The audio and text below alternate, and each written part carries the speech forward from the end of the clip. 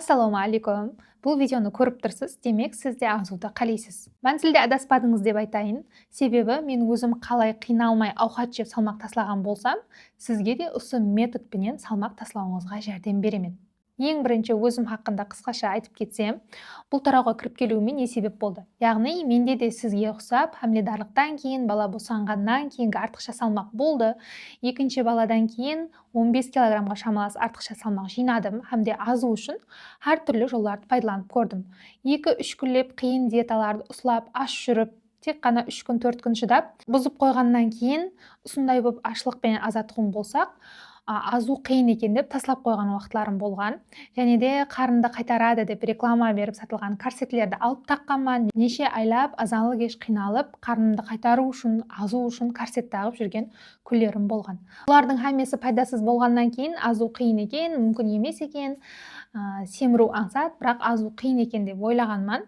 Сізде де қазіргі уақытта осындай машқала болуы мүмкін, яғни азу үшін алдын бірнеше марафонларға қатынасқан болуыңыз мүмкін, әртүрлі диета түрлерін істеп көрген болуыңыз мүмкін. Бірақ та бұлардың һәммесі сіз осы уақытқа шейін аза алмадыңыз ба? Машқала сізде емес. Сіз дұрыс жолды таумағаныңызда, сіз дұрыс жолды сайламағаныңызда. Қазір көріп тұрғаныңыздай артықша салмағым жоқ, өзімнің нормал салмағымдамын, һәмде көптеген аял қызларға осы тарауды оқығаннан кейін азуына жәрдем беріп жатырмын. Сіз де азуды қалайсыз, бірақ аш жүруден, диетаны бұзып қоюдан, азып болғаннан кейін семіріп кетуден шаршағансыз. Семіріп кетуден шаршаған болсаңыз, бұл марафон сіз үшін деп айтайын. Көпшілік аял қызларымыз аш жүрсем азаман, ауқат жемесем азаман деп ойлайды да, аш жүреді, бірақ та салмақ тасламайды. Себебі аш қалу, аш жүру, ауқат жемеу бұл азудың шешімі емес. Сіз бұл марафонда ауқат жеген халда, күнделікті үйіңізде таярланатұғын, үйде пісірілетұғын ауқатларды жеген халда салмақ таслауды үйренесіз. Міне осындай надұрыс жолдармен салмақ таслай алмай отырған аял қызларымыз үшін марафон аштым. Сіз бұл марафонда жүріп, аш жүруіңіз, ашлықтан қиналуыңыз шарт емес. Өздеріміздің менталитетке сай болған менюларменен үйде таярланған ауқатларды жеген халда, дұрыс ауқатланумен, бәрше ауқатты өз уақыты, өз нормасы менен жеген халда асқазанды кішірейтіру жолы менен салмақ тастауды үйренесіз. Мәселен, өздеріміздің менталитетке сай болғанда, өздеріміздің жақсы көріп таярлайтын палау, күртік, мантыларымызды жеген халда, көпшілігіміз жақсы көріп ішетұғын қарашайды ішкен халда салмақ таслайсыз. Менің марафонымда сіз аш қалмайсыз. Егер бір күн бұзып қойсаңыз да, ертеңгісіне қалай давам етіп кетуді білесіз. Қарашай ішкен халда, хаттегі қарашай менен мазалы шоколад жеген халда салмақ таслауды үйренесіз. Ауқаттан қорқуды емес, қалай дұрыс ауқат сайлау керектігін, қою ауқатты қашан жесек азамыз, сұйық ауқатты қашан жесек азамыз, осылардың һәммесін біліп аласыз. Қазір естіп хайран болып отырған шығарсыз, ауқат жесек, қарашай ішсек және қарашай менен қосып шоколад жеп қалай ассақ болады? Ол мүмкін емес қой деп. Бірақ та қызлар һәммесінің өз нормасы менен жеген халда асқазанымызды кішірейтіру жолы менен азамыз. Бұл марафон тек қана меню беріп отыратұғын апуайы марафон болмайды. Тек қана менюмен азанда мынаны же, кеште мынаны же, нан жеуге болады, болмайды деген қағидалармен азатұғын болғаныңызда, мәселен, азу үшін интернетті, ютубты ашып жіберсек, әртүрлі менюлар, мағлұматлар көплеп ұшырасады. Тек қана менюмен азатұғын болғаныңызда, ешбір диетологтың жәрдемі сізге керек болмайтұғын еді. Яғни сізге марафон давамында дұрыс ауқатлану тәртібі, дұрыс әдетлерді қалыптастыру, азу үшін қандай әдетлерді қалыптастыру керек. Сағат нешеде ұйықтасақ жақсы азамыз, суды қашан ішу керек, шайды қашан ішу керек. Мәселен, күртікті жеп тұрып, қалай азуға болады, палауды жеп тұрып, қалай азуға болады. Қарашайды қайсы уақытта, қанша мұқдарда ішсек, біз салмақ таслай аламыз. Осылардың һәммесі қызлар майда-майда деталларына шекем сіздерге сабақлық түрінде үйретіледі. Марафон давамында мен тек қана ауқатлануыңызды жолға қоймай, сіздегі метаболизмді өзгертемін. Метаболизм тез істеу үшін, жеген ауқатыңыз майға айланбай, организмнен шығып кету үшін, сіз қалай ауқатлануыңыз керек, не қылуыңыз керек, осылардың һәммесі түсіндіріледі. Және де марафон давамында жаңа айтқандай тек меню емес, har күні өзім тарапымнан өтілетұғын сабақлықлар болады. Ол сабақлықлар көрсетілердің азуға пайда һәм зиянлары, біздердің азуымызға жәрдем беретін батылар, сізге аздырады деп реклама қылынып отырған әр түрлі дәрілер хақында. Азып болғаннан кейін семіріп кетпеу үшін не қылуымыз керек? Рационға белокты, углеводты, клетчатканы, пайдалы майларды қалай кіргіземіз? Азу үшін калориясы төмен, белокқа бай, һәмде калориясы жоғары болған өнімлер, және осылардың һәммесі хақында әр күні сізге сабақлық өтіп барылады. Сізде тез-тезден пайда болатұғын ашылық сезімін жоқ қылу үшін нелер қылуымыз керек? Гормонларды дұрыслау үшін қалай ауқатлануымыз керек? Үй шариғатында гормонларды қалай дұрыслауға болады? Және осылардың һәммесі үйретіледі. Яғни сіз марафоннан кейін тек қана азып қоймай, өзіңіз үшін, шаңырағыңыз үшін диетолог бола алатұғындай білімге ие боласыз. Яғни сіз менен тек қана меню емес, білім аласыз. Мәселен, менен білім аласыз деп жатырмын ғой. Ол қандай білім болуы мүмкін? Мәселен, сіз осы уақытқа шекем, бір мысал қылып айтып кетейін. Осы уақытқа шекем, өзіңіз үйде жеке диета қылған болуыңыз мүмкін, азаман деп. Кеште ауқат жемей, оның орнына мейуелерден ассорти, ямаса банан, ямаса алма, ауқат орнына осындай мейуелерді жеп жүрген болуыңыз мүмкін. Бірақ та түсліктен кейін желінген мейуе, оның құрамындағы фруктозаға байланысты сіздің организміңізде майға айлану қаупі жоғары болады. Яғни сіз азаман деп кешке ауқат жемей қиналып, оның орнына мейуе жейсіз, азудың орнына керісінше сіз май жинап алуыңыз мүмкін. Міне, сіздің осы уақытқа шекемгі азалмағаныңыздың себебі осы. Яғни сіз азу үшін дұрыс жолда емес, надұрыс жолда болдыңыз. Және бір көпшілігіңізден келетұғын сұрау, қазір көпшілік диетологлардың айтатұғын гәбі бұл гормонларды дұрысламасақ азалмайсыз, бірінші гормон анализлеріңізді көруіміз керек деген гәплерді көп естесіз. Және осы сұрауға да жауап беріп кетейін, себебі көпшілігіңізді қинап жүрген сұрау болуы мүмкін. Азуды басламай тұрып, бірінші гормон анализлері тапсыру шарт пе? Яқ, шарт емес. Себебі гормонал бұзылу өзі надұрыс ауқатланудан, рационыңызда көп мықтарда углевод, құмшекердің болуынан, сіз уақытында ұйқыламағаныңыздан, жетерліше су ішпегеніңізден, яғни надұрыс тұрмыс тәрізінен болуы мүмкін. Дұрыс ауқатлануды баслағаннан кейін, егер сізде гормонал бұзылыс болған болса, ол нормалдасып кетуі де мүмкін. Яғни марафонға қосылған аял қызлардың 60-70%-ында мен наркоздан кейін семірдім, мен операциядан кейін семірдім, мен хамледарлыққа таярланып жүрген уақытында көп гормон қабылдадым, содан кейін семіріп кеттім деп mürajaat қылған аял қызларымыздың көпшілігі гормон анализдерін тапсырмай-ақ осы дұрыс ауқатлануменен жақсы салмақ таслап кеткен. Гормон анализдері үшін сізге кемінде 1 миллион ақша керек болады. Сол үшін де айтатұғыным қызлар, бірінші орында сіз гормон анализ тапсыруыңыз шарт емес. Марафонға қосылғаннан кейін 2 хапте дауамында ауқатлануыңызды, тәрезіңізді, объемларыңыздағы өзгерістерді өзім бақылап бараман. Осылардың нәтижесіне қарап, гормонларыңызды тапсыру шарт, емаса шарт емеслігін өзім айтатұғым боламын. Егер де сіздің гормонларыңызда өзгеріс сезетұғын болсам, қазіргі уақытта гормонал семіздіктен семіріп отырған аял қызларымызбен бірге істесіп отырған эндокринолог шпакер бар. Осы шпакердің номерлерін һәмде мәнзілдерін сіздерге беремін. Қазіргі уақытқа шекем марафонға қосылған аял қызлардың арасында 4-5% жағдайларда қанша меню бойынша ауқатланса да, қанша шынығу істесе де салмақ таслай алмаған аял қызларда болды. Яғни сізде де осындай жағдай күзетілетұғын болса, сізге дұрыс жолды, қайсы шпакерге баруыңызды, не қылуыңыз керектігін анық-тынық қылып түсіндіріп айтатұғын боламын. Бірақ ол үшін мен сіздің 2 хаптелік нәтижелеріңізді салыстырып көруім керек. Және көпшіліктің сұрауы, мен қаттыға көп ауқат жеймін, қанша көп ауқат жесем де тоймаймын. Яғни менде тоқлық сезімі жоқ, асқазаным кеңейіп кеткен деп айтады. Қызлар, дұрыс ауқатланудың бірінші пайдасы бұл сіздің асқазаныңызды кішірейтіріп береді. Яғни сіз дұрыс ауқатлануды баслағаныңыздан кейін 1 хаптенің ішінде сізге нәтиже сезіледі. Асқазаныңыз кішірейгеннен кейін сіз қалесеңіз де бұрынғыдай көп ауқат жей алмайтын болып қаласыз. Әзір төменге скриншотларыменен қойып кетемін. Бұлар марафонды баслағаннан кейін 1 хапте 10 күннен кейінгі маған жазған қызларымыз, яғни табаққа толтырып көзіміз тоймай ауқатты салдық, бірақ жей алмай жатырмыз, тауса алмай жатырмыз, асқазанымыз кішірейіп қалған. Үйдегілер де хайран қалып жатырды деп айтады көпшілік қызларымыз. Ол жағынан уайымламасаңыз болады. Сізге асқазанды кішірейтіру үшін не қылу керек, қалай ауқатлану керек, неше сағаттан ауқатлану керек, һәммесі үйретіледі.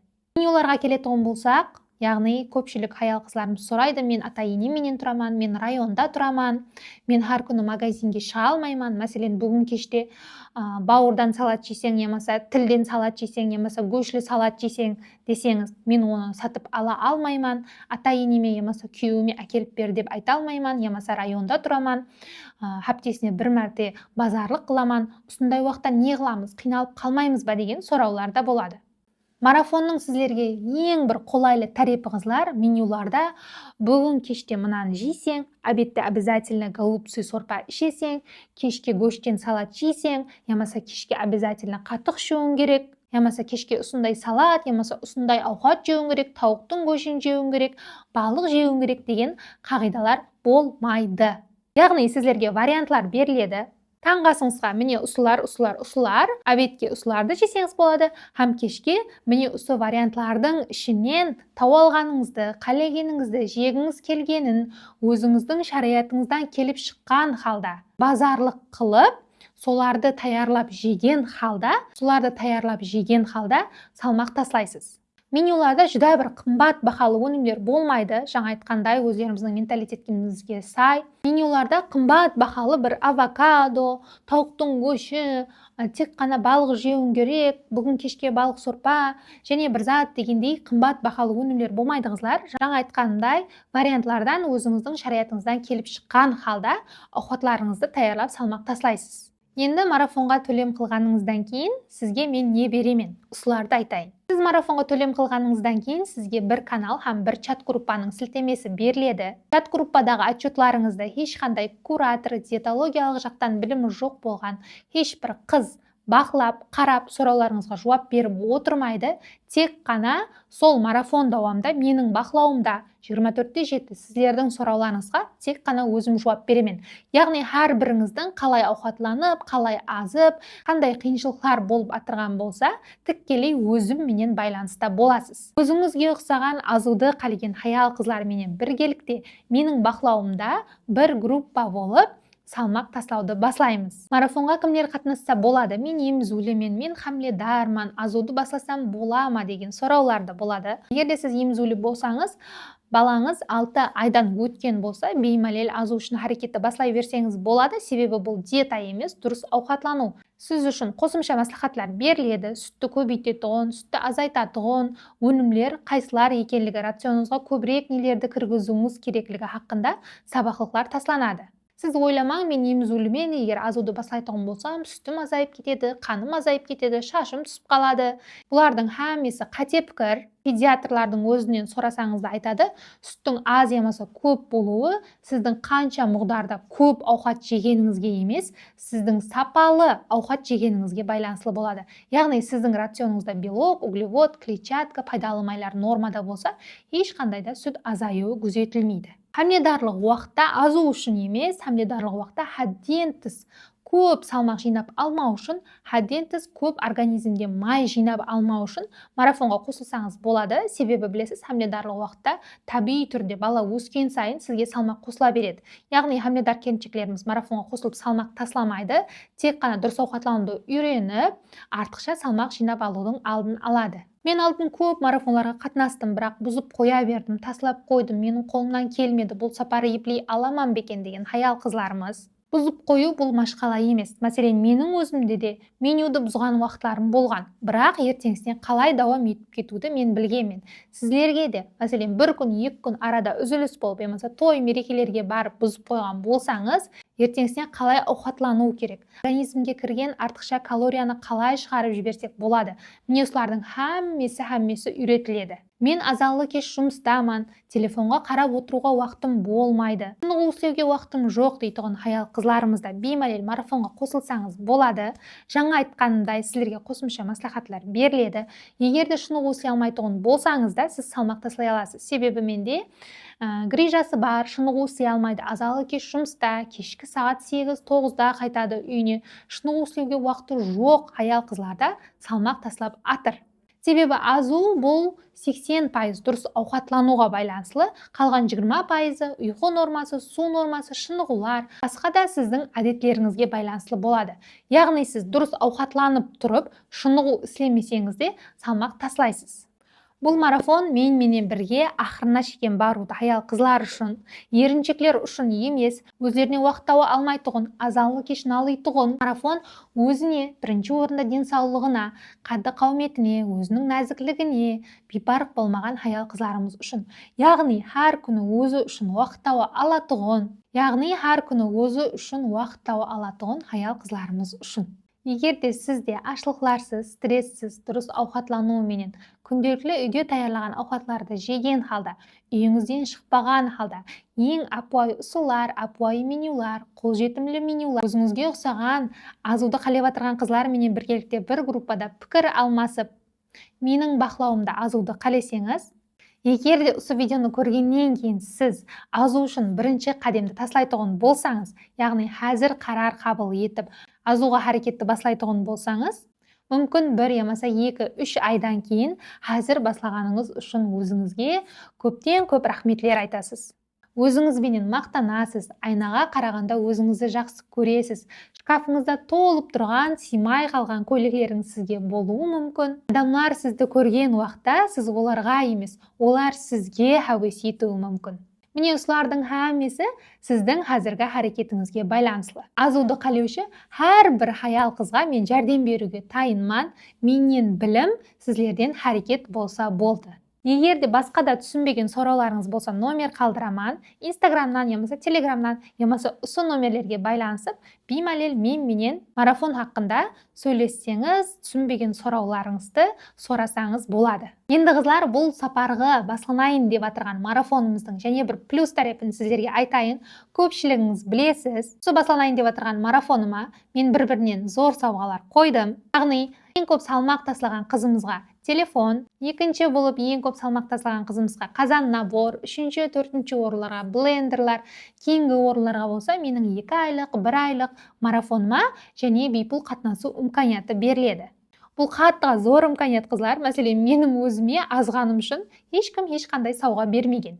Сіз азасыз, өзгересіз, өміріңізді өзгертесіз және менен бір-бірінен зор сауалар ұтып алу имканиятыңыз болады. Бұл марафонымыз алдыңғылардан farklı түрде 1 ай емес, 2 ай давам етеді.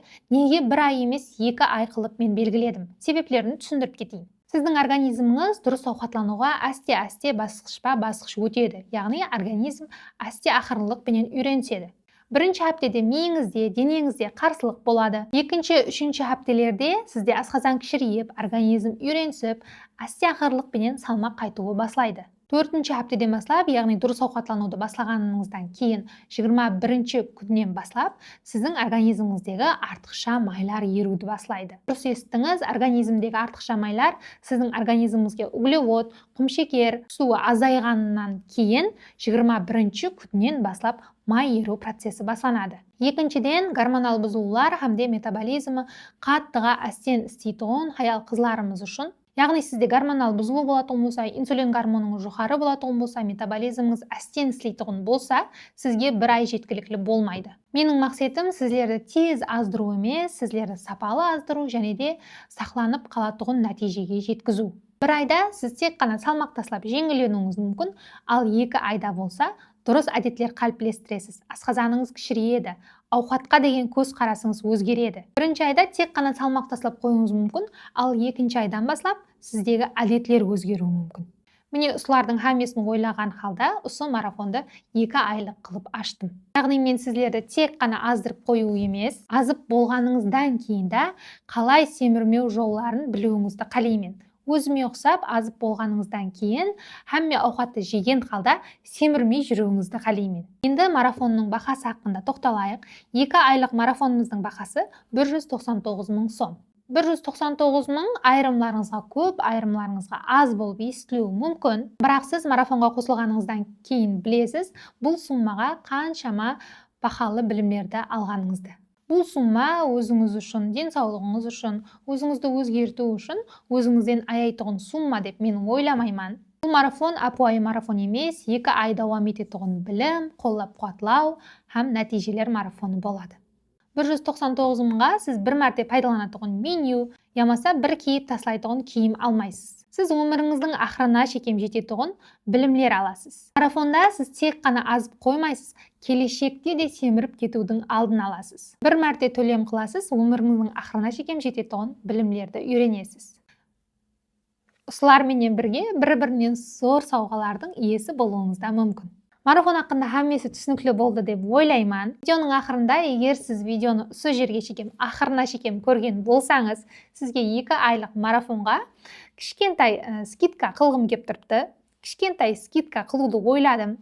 Яғни сіз видеоны осы жерге шекем көрдіңіз, егер де марафонға қосылажақ болсаңыз, сіз 199 мың орнына 177 мың төлем қылып марафонға қосылсаңыз болады. Мен ойлаймын, 2 айлық марафон азудың бәрше аңсат азу ұсуларын үйреніп салмақ таслау, жасару және де бір-біріне зор сауғаларды ұтып алу имканияты сізде бола тұрып, бұл имканияттан егер пайдаланбасаңыз, сіз анық өкініп қалуыңыз мүмкін. Және бір мәрте айтамын, бұл марафонымыз өзгеше болады, себебі сауғалар қойылғаны үшін контроль күшлі болады. 2 ай дауамында менің бақылауымда боласыз. Марафон дауамында әр аптеде прямой эфирлеріміз болады. Яғни сізбенен біргелікте жанлы тәрізде Телеграмда прямой эфир болады. Ол прямой эфирде әр біріңізбенен сөйлесіп, қалай жазып жатырсыз, не қылып жатырсыз, неден қиналып жатырсыз, қандай машқалалар болып жатырыпты.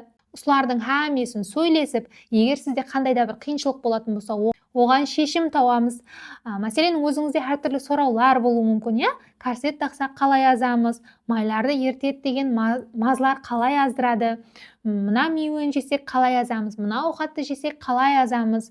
Ұлым айтқанда, осындай сұраулардың әңгімесіне сол прямой эфир арқылы тікелей өзімнен жауап аласыз. Және бір мәрте айтамын, бұл марафон менімен біргелікте ақырына шекем баруды, азуды, жасаруды, өзін, өмірге деген көз қарасын өзгертуді қалеуші аял қызларымыз үшін. Әмеңізді марафонда күтемен, сау саламат болың.